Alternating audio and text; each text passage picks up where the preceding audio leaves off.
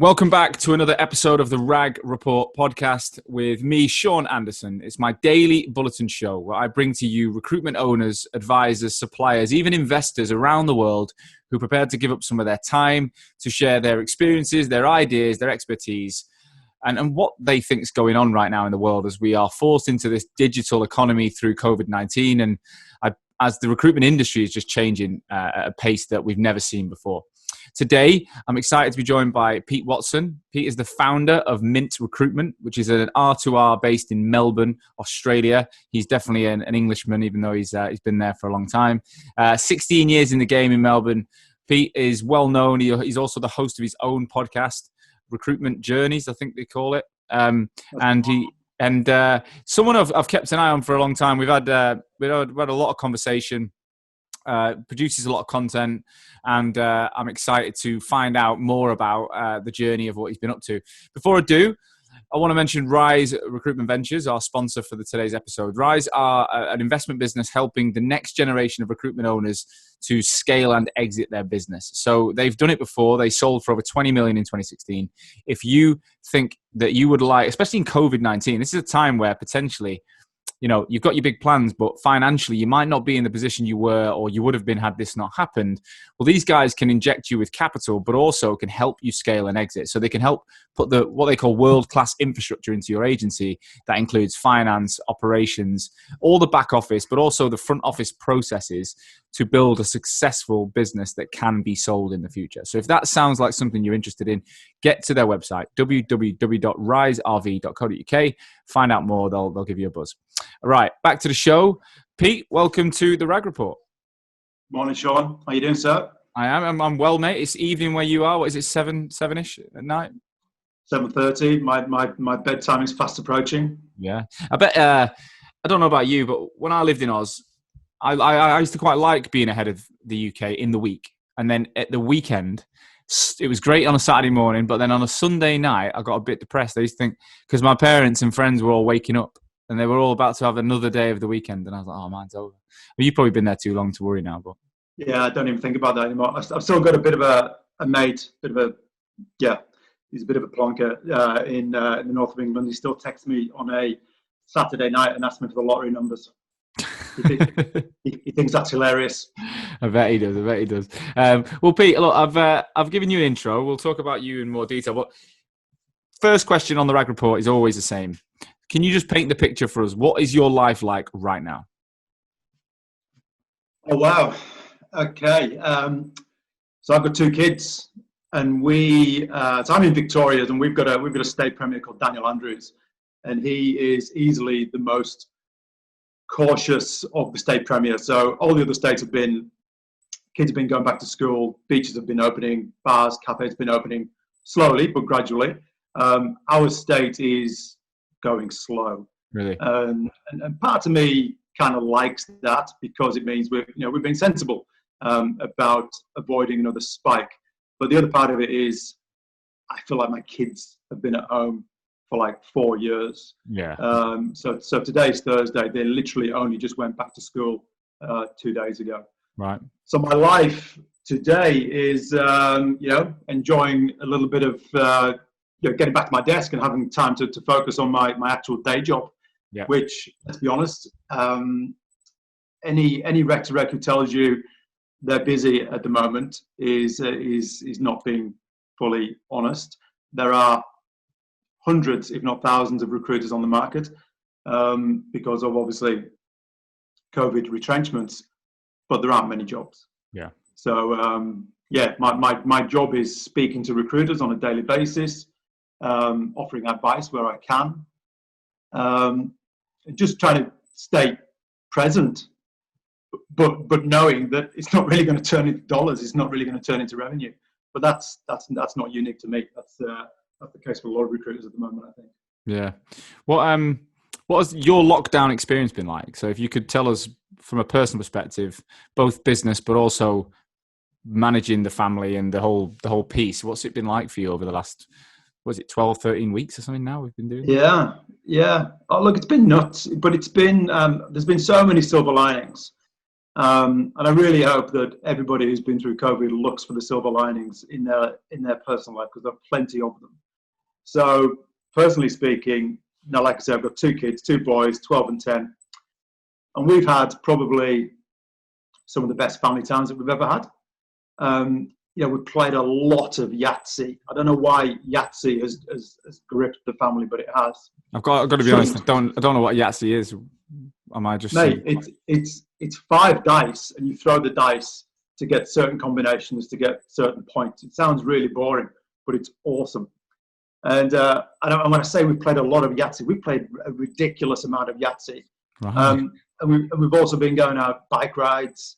We've been doing international family Zoom quizzes on a Sunday night. And these are all things, I'm almost ashamed to say, these are all things that we didn't do pre-COVID because we were just too busy. We thought we were too busy and we didn't prioritize family time. Silver linings, plenty of them. Some amazing family time. And then from a business perspective, it's been weird. My little business has ticked along very nicely, touch wood, for the last 16 years. And then I remember I was actually going to record a podcast with one of my clients, Rob Millington from Greythorn. It was a Wednesday. And driving to his office was the first time I'd heard about a recruiter having an interview cancelled because of COVID. I couldn't quite believe it. So when I got to Rob's office, the first question I asked him was, "Mate, are you actually worried about this coronavirus thing?" We weren't even calling it COVID-19 then. No. He went, "Nah, not bothered. Business as usual. It's not affecting us in the slightest." And that was the Wednesday. By Friday, without exaggeration, my business had essentially fallen off a cliff. Everything stopped, just stopped in its tracks. All interviews were cancelled. Clients were it was all doom and gloom. It was Armageddon. But the really worrying thing for me was I'd had a really decent and busy December and January. So what that meant was all those candidates that I placed in December and January, they all joined they started their new jobs in February. So I had an extraordinary, for my little business, I had an extraordinary amount of candidates sitting in probation, brand new into their jobs when COVID hit. These are all experienced. Are these all experienced people that have been moved across? Oh, yeah. Look, most of them would have been recruiters who were already here, domestically working in the Australian market. Some were new to Australia, but they were already here. But you and I both know, Sean, starting a recruitment job in a good market is hard enough. Starting a new recruitment job and slap a global pandemic on top, it makes it nigh on impossible. So it was actually terrifying when I made the mistake of writing down and calculating how much revenue I had at risk, and it was a scary amount of money. And as each day passed by, I actually, if I'm honest, I prayed that my phone wouldn't ring. Yeah. Because I thought if one of those clients rings, it can only be bad news. But what I didn't know at the time was all of those businesses. I mean, look, don't get me wrong. I had a couple of dropouts. I had a couple of those phone calls, which started with, "Pete, this is the conversation that you don't want to have." Of course, I had a couple of those. It was to be expected, but I didn't have as many as I feared. Because what I hadn't taken into account was all of these recruitment businesses were going to bend over backwards to try and keep everybody in a job. They were going to do the right thing. There was always going to be victims. There was always going to be retrenchments. But for the most part, most businesses did their utmost to keep people employed. I didn't know that. When COVID hit, I didn't know that people were going to have that humanistic approach to it. Thank God they did for my little business. Well, thank God they did for those recruiters as well. There's been so many horror stories. I spoke to one recruiter who was let go. The reality is she didn't have enough local experience that she was going to get picked up again. She was going to have to return to the UK, where she would probably be unemployed, but she wasn't able to break a lease. So she's going to be unemployed in the UK and still paying rent in Melbourne. I'm interrupting this episode to bring to your attention our second sponsor. That's Odro. Odro is calling on the recruitment industry in absence of organised events to take part in what's called the Active Recruiter Challenge. The idea is that we'll all get together on the same day, Friday, the 10th of July, to run either a 10K or a half marathon. This is a combined effort from all recruiters to run from their homes and follow any route you want up and down the country. We're hoping that together we can raise money for a teenage cancer trust. And in order to do so, we want all runners to contribute £25 in sponsorship. Fitness and charity, what a combination. To get involved, sign up to the Active Recruiters Club on Strava, then join the 10K or the half marathon from there. Strava will then track our times so that we can use them and find out how we are competing with our friends and colleagues. There's also a runner's pack with numbers and wristbands, which will be sent out from Odro once you get involved. Finally, see Odro's Active Recruiters blog for full details. Everything will be shared in a link to this podcast. Yeah, there's been so many horror stories. Yeah, I spoke to one recruiter who was let go.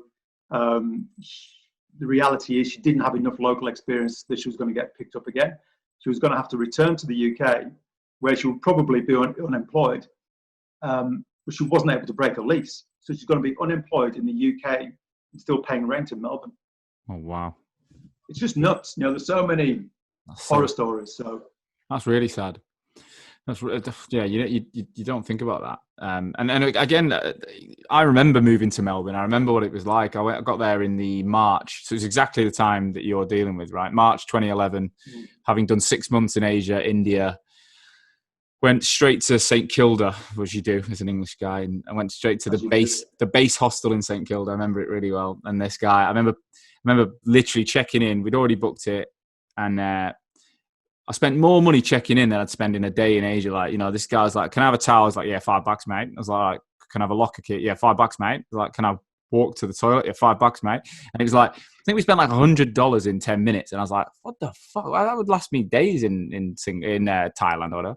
And then the weather wasn't great. The weather was pretty shit. And I was like, I've moved to Australia. I'm expecting... freezing at the moment. Yeah, I was like, I want to look outside. And, I thought I'd be on the beach now. And the weather's crap, and I've got no money left. I think I had about 400 quid in an overdraft in England, and we were like, what are we going to do? So honestly, mate, some of the jobs I did more than anyone, I think. But in my group, me, Amma, my brother, and James, the four of us, and then another lad flew in. But we worked in like Amy Park Stadium. We were doing corporate, like when the Melbourne Rebels played, I used to walk around with vol au vents and fucking cheese pies and shit. Did that. I used to work in the cafe in the day at the ground level. So when the Melbourne, I thought, is the AFL? What's the AFL team? Do you know? Melbourne. Mate, there's hundreds of them. But there's a blue and red one in that. There's like one. The Demons. Yeah, that's it, the Demons. So the Demons used to come in every day, and I used to feed, like, they'd be like, can I get 2 sangers, mate? And I'd have to make the sandwiches for the Demons. I was a school teacher in England. Like, I was 24, 25. I wasn't a pure kid. I was like, I'm making fucking sandwiches here. Like, I really wasn't up for it. And that's when but I remember recruitment was the world that opened up Melbourne for me. Before that, it was shit. I was like, I imagine how a lot of people who come to the UK live in London. They were packed in this crap flat on St Kilda Road by Albert Park, living on peanuts. I had to take food back from the cafe at the end of the day, and my brother and Amma would eat it. I was like the breadwinner. And then, but recruitment, I remember that first few months of recruitment when salary was okay, it was good. We got a nice flat. If I'd have then got turfed out at that point, oh mate, that would have my experience of Australia would have been awful. Awful. Oh, absolutely. And there's so many people that haven't had the chance to experience it. And if I'm honest, and of course I won't name names, I know quite a few people who've been let go and they've just thrown their CV all over the market, and they've accepted jobs with businesses that they wouldn't have touched when they came to Australia. Yeah. And conversely, I've had a few recruitment businesses ring me and say, we see this as an opportunity to pick up talent that we know we wouldn't have got in a good market. So, there are wins to be had out there. But it's interesting you say all that about your experience when you get to Australia, because I think a lot of people, especially those who haven't been before, and I reckon, I've placed literally hundreds of UK recruiters over the years. I reckon only half of them have been to Australia before they accept a permanent job here. Most of them have never been, which, if you think about it, it's nuts. So had you? No. I remember we got to know a lad from Sydney really well in Thailand and Cambodia. And I just remember being like, mate, you're fucking so lucky from there. And he's like, why? I was like, it must be amazing. And I kept using this phrase, must be. And he was like, have you ever been here, mate? And I was like, no. He's like, why do you like rave about it? Like, you never, I was obsessed with this vision of what it was going to be. God knows why I moved to Melbourne, because it was never that. And the whole time was always pretty random weather, and you get it hot, then it was crap. And I never went to the beach really. We went to Port Melbourne, St Kilda a few times. It's not. Yeah, we haven't really got a beach, have we? It's more of a European. I felt the reason I left was I basically live in a European city, but 20 hours away from home, because everyone is like descendants of Croatia and Spain and France. Like everyone I met was either British or European descent. The city was all about coffee and wine bars, and the weather was cold. It was one of the coldest winters I've ever had, because we didn't even have heating in the flat. And I'm like, I could be in London or Manchester or Birmingham or whatever doing the same thing. And I was like, so it was either move to Sydney or move to London. And I moved to London. My little brother went to Sydney, and then he had 5 years, got the passport. He's back in Manchester now. But hang on, Sean. So I'm getting quite strongly that you don't like Melbourne. No, I do, but I don't think I picked it wasn't the right for me at the time. If I moved there now at mid-30s with a wife and a dog, I think it'd be spot on. I think it's like perfect for that settle down life. But it's not the place when you're a crazy 24-year-old. I don't think. No. Was I crazy? And I think a lot of people, when they come to Australia or when they haven't been here before and they accept a job, they think they're going to be living on the beach, overlooking Bondi Beach every day. They think they're going to be surfing. They think they're going to finish work at 5 o'clock and go surfing or have a barbecue. But the reality is, life is just as hard in Australia as anywhere else, and it's expensive. It's expensive to, you can survive here on not much money, but you can't really live unless you make a lot of money. It's very similar to London in that regard. Yeah. If you're in recruitment, you've got to be, I'm probably not selling the dream very well here, but you need to be successful in recruitment as a POM to enjoy the life that Australia can actually give you. I'm sure I never got there, but I did have a really good time. I'm not going to slag it off too much, but going back, let's tell your story. So when did you move there? What year was that? Well, this is actually my second stint in Australia. So I moved to Sydney in 2000 for a couple of years, and actually didn't like it. It was too hot. I remember going back after, I think I'd stuck it out for about 2.5 years, and I remember my dad saying, so did you love it, son? Did you love Australia? I said, no, I hated it. It was way too hot, and I will not be going back. But in that 2.5 years, I had managed to secure my permanent residency, and I had absolutely no intention of returning to Australia. And then I met my partner and mother of my children, who's from Melbourne, and she'd been living in London for 10 years. You met her in the UK? No, in the UK. I'd never romantically been involved with an Australian woman ever. And then I went back to London and met a Melburnian. And then so when we were pregnant with our first, she wanted to come home, understandably. And that was 13 years ago. Arrived in Melbourne 13 years ago. But I started Mint in London 16 years ago, something like that. What were you doing before Mint? Were you working in Rec to Rec for someone else? So I started with the S3 group. I was an IT recruiter in Manchester. And I had an amazing time. And I've still got friends today from the old S3 days. In fact, my business partner, Frank, who's based in Manchester, Frank Wadsworth, I met him at S3 in Manchester all those years ago. But I was an IT recruiter. And I'm happy to admit I was not a very good IT recruiter. Really? I just didn't connect. I didn't connect with the candidates. I'm sure they were very interesting people, but I couldn't understand what they were going on about, and it just wasn't for me. And then, classic story, I went to a Rec to Rec looking for a job as an IT recruiter, and they had an IT Rec to Rec job available, and I slotted in, and it just made sense. It just made perfect sense, and haven't looked back. Now, if I had my time again, if I had now knowing how hard rec to rec is, when I started my own business, I probably would have chosen something else. But we've had a good run. A message from our final sponsor, Vincere. Vincere, if you don't know, is the all-in-one CRM ATS platform for recruitment and staffing businesses globally. Now, I first heard about Vincere, it feels like it was about a year or so ago. And this business came out of nowhere from speaking to recruitment agencies. And I've always asked them what CRM they use when dealing with them from a Hoxo perspective. The same players usually used to come up, but this word Vincere kept coming up, and I was like, okay, I've heard this 2, 3, 4, 5 times. It must be an interesting brand. And now I hear Vincere almost as much as any other brand out there. So I did my research, and what I love about Vincere is they're looking to partner and invest in the same types of organizations that Hoxo do, which is the future high growth recruitment business, what I call progressive owners.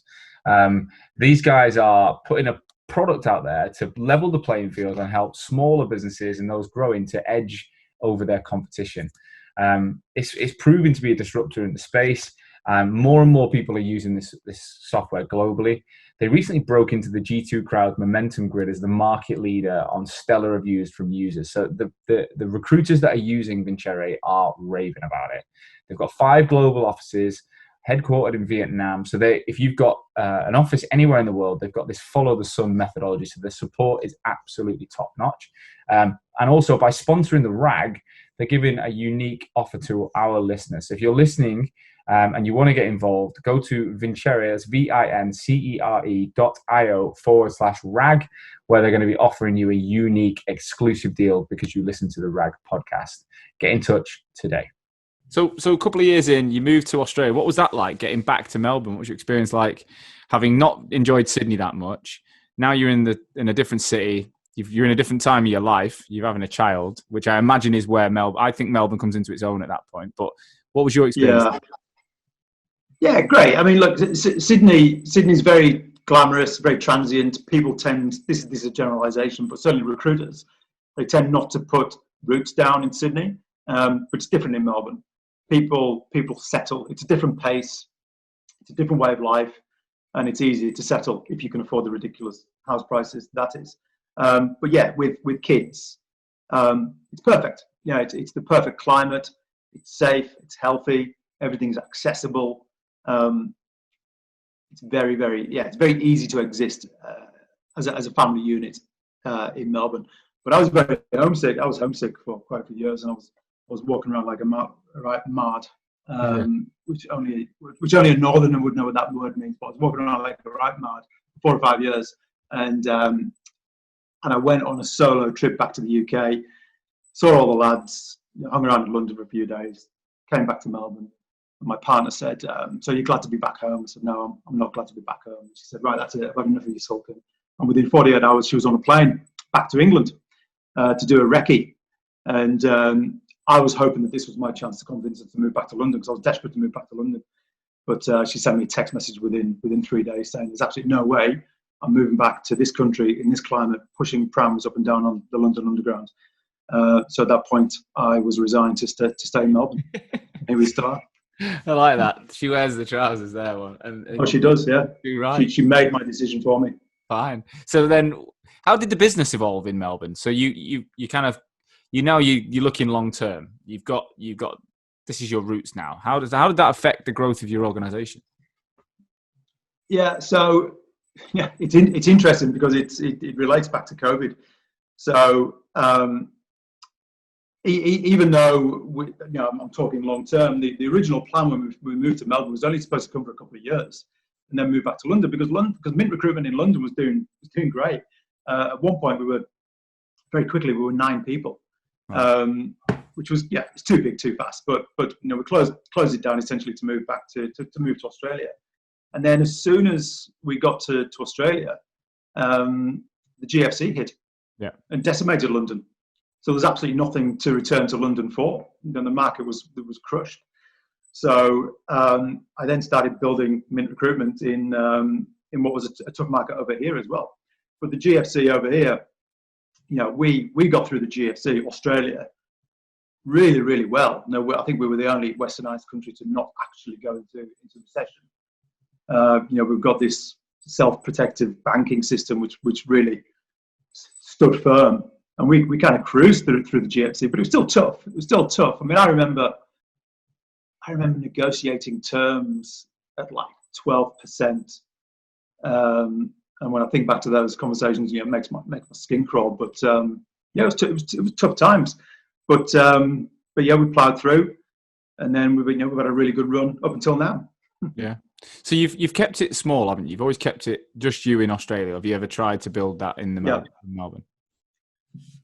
Nah, and the reason being, I used to watch other Rec to Recs, and they used to hire people. They used to hire recruiters who had minimal recruitment experience, and I could never fathom in my mind how an experienced recruiter could take career advice, like a 10-year recruiter. How would that person take advice from a recruiter who's only got 18 months, coal-face recruitment experience? So I always determined that if I was, and I wanted to grow Mint. I really did. I wanted 2 people in Melbourne, 2 people in Sydney, 1 person in Brisbane. I wanted that.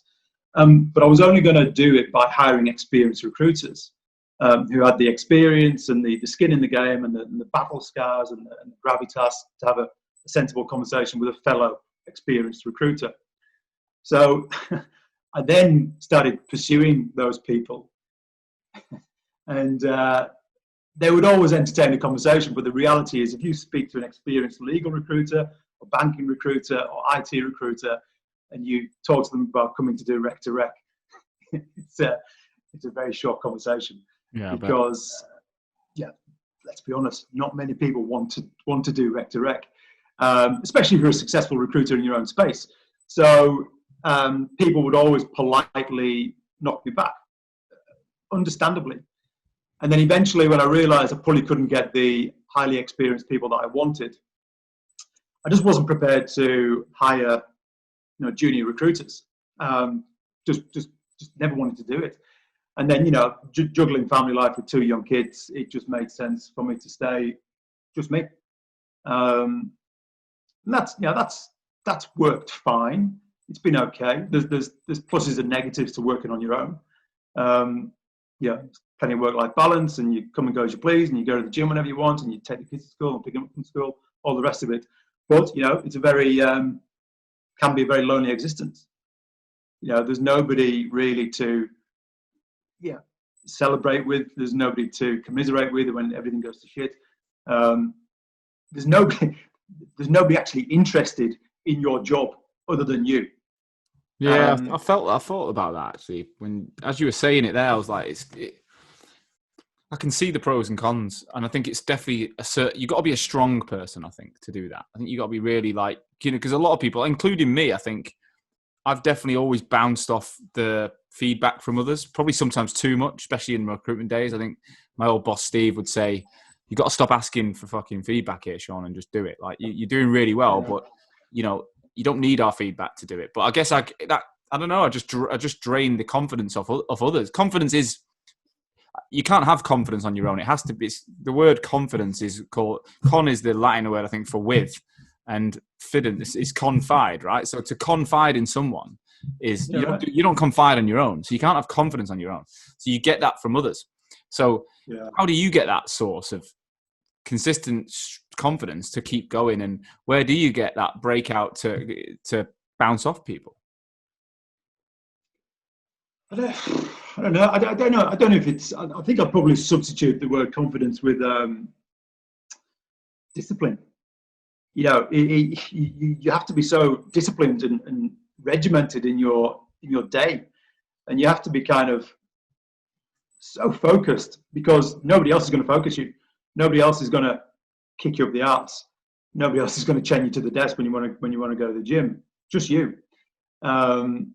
So for me, it's just there is a self-motivation, and this applies to every single small business owner that there is out there. I often get approached.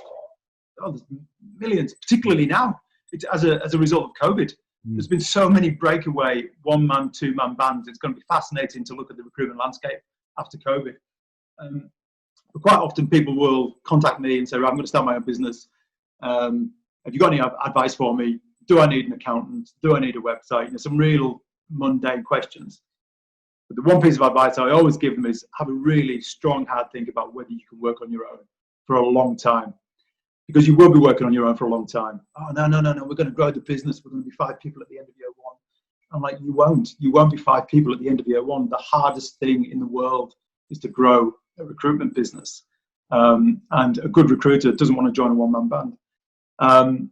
But no, you know, everybody has to follow the dreams, and inevitably they go and do it. But I suspect most of those 1, 2, 3-man bands, one of the hardest parts that they'll deal with is the isolation.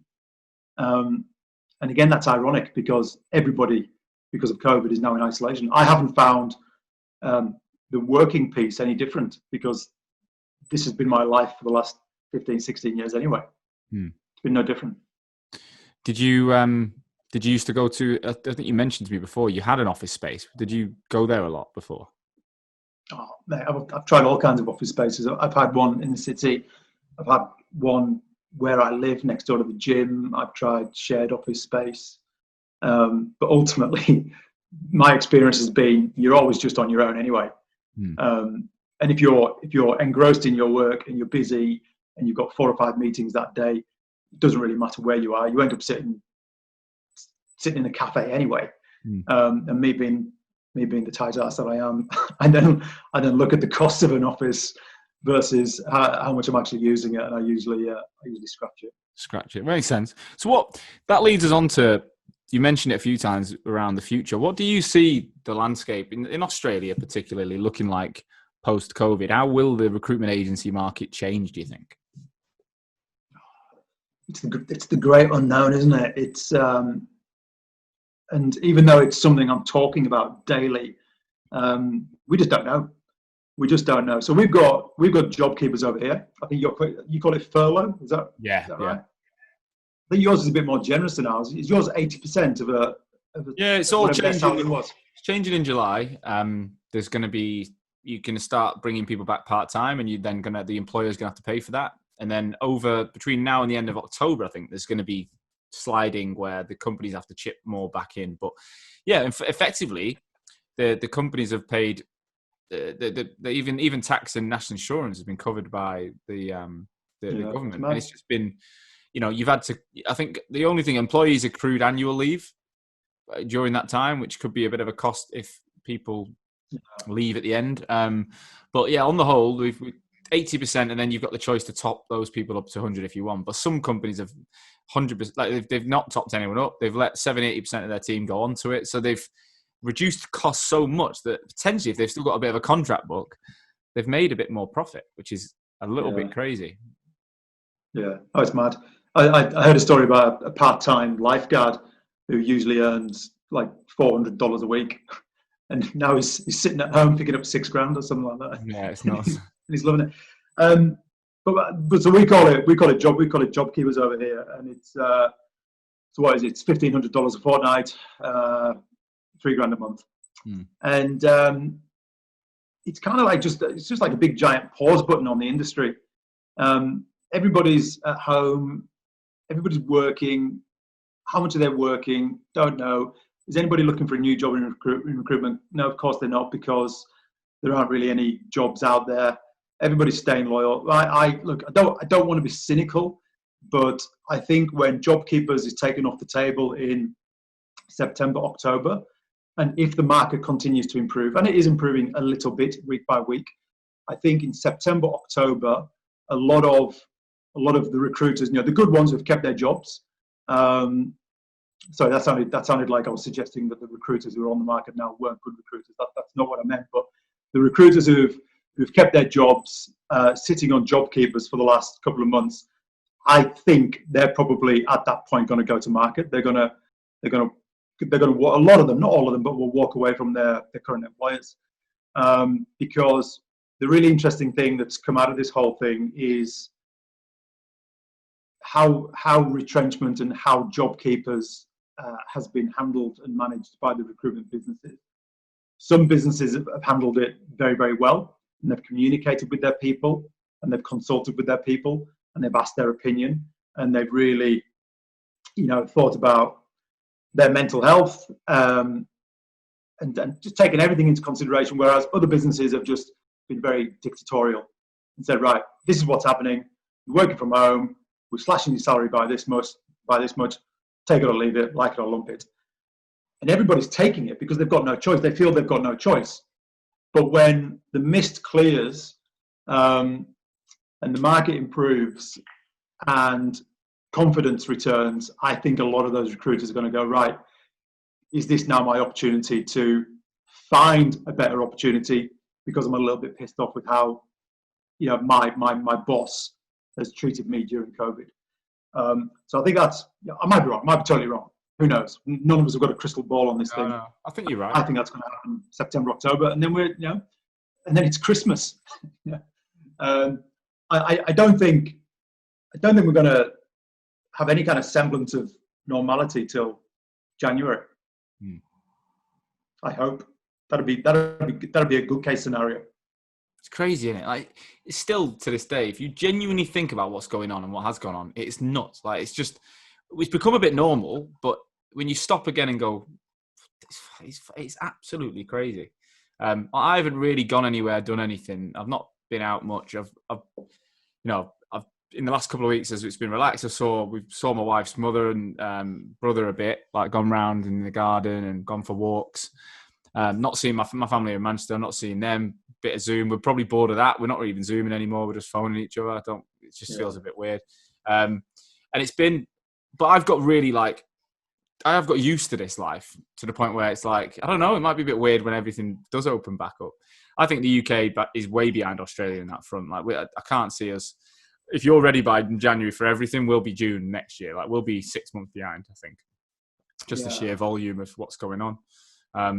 But I do think the recruitment industry is going to change. I think that the noises I'm hearing, I think watching the online changes, the way that everyone's jumped to LinkedIn, and I mean, you've been producing content pre-COVID, but the amount of people that have only started producing content in COVID says to me that depending on how they get on with that, there's going to be a lot of people that are more brand conscious. They're going to be more marketing led. They're going to work out, can I do what I was doing with less people, with more tech, more process, more content, and be a bit fitter, a bit leaner. That's the word that Toby Babb said it, fitter. And I think it's a great word to use.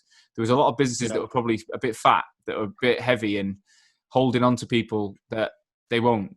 And especially when furlough ends here, there'll be loads of redundancies, shitloads of redundancies, because we can't work. I spoke to a business owner today who he's usually quite traditional in his mindset, and he surprised me. He said we haven't yet decided. It's not set in stone. He said, but we're probably going to go to 4-day weeks when this is all said and done. And he said the reason for that is simple. Our people have demonstrated that they can work from home quite capably. They might even be more productive. We can certainly trust them to do so. So why not? Why not give them that freedom? So I think that's going to be a significant change that I think everybody's going to adopt. That 4-day week in the office or 4-day working? No, 4-day in the office and 1 day from home. Yeah. And I suspect there'll be much more businesses that will do half and half. Yeah. 3 days in the office. I suspect there'll be a lot of recruitment businesses that will say it's your choice. You come and go as you please because you've proven that you can do it. And why not? And they'll have smaller office space. It'll save them money. Yeah, I mean, and that's a good thing. I think that'll be an amazing thing. And then what will become interesting is that'll become one of the perks or the benefits that recruiters will then expect. And if a recruitment business is saying to a recruiter, you've got to be at your desk in the office in the CBD 5 days a week, that'll be negative. Yeah, I bet. I agree completely. One final thing, I guess how you mentioned a lot of your businesses moving Brits to Australia. I imagine you don't. Yeah, exactly. So I'm thinking, what percentage of that annual work is that going to stop now that you can't do that simply until the market's up? Oh man, I mean, I can tell you because we had a drama with the visas a couple of years ago, and I remember working it out at the time that my business over the last 10 years, 48% of my business was bringing UK recruiters over. and then the visa situation was sorted out, and they kept coming thick and fast. But now, who knows? I mean, there's so many different stages to go through. I mean, first of all, they've got to open the borders. Then the recruitment businesses have got to have appetite to hire UK recruiters. Because when you hire a UK recruiter, you're basically hiring somebody who doesn't know the local market, and you've got to be very patient with those people, because they might not do a deal for 3 months because they don't know anybody in Australia. Yeah. So the market needs to be buoyant enough to take that risk, and that could be, I don't know, it's mad to think. But at the same time, if the industry shrinks so much, and lots of people are going to leave the industry, lots of recruiters are just going to say, "No, this is too hard. I'm out of here." And ultimately, those recruiters have to come from somewhere. And we have traditionally, this industry for the last 3 or 4 decades, we have populated the recruitment industry with POMs like you and me. And the doors will have to be flung open again at some point. I just don't know when. Yeah. I don't think anybody knows.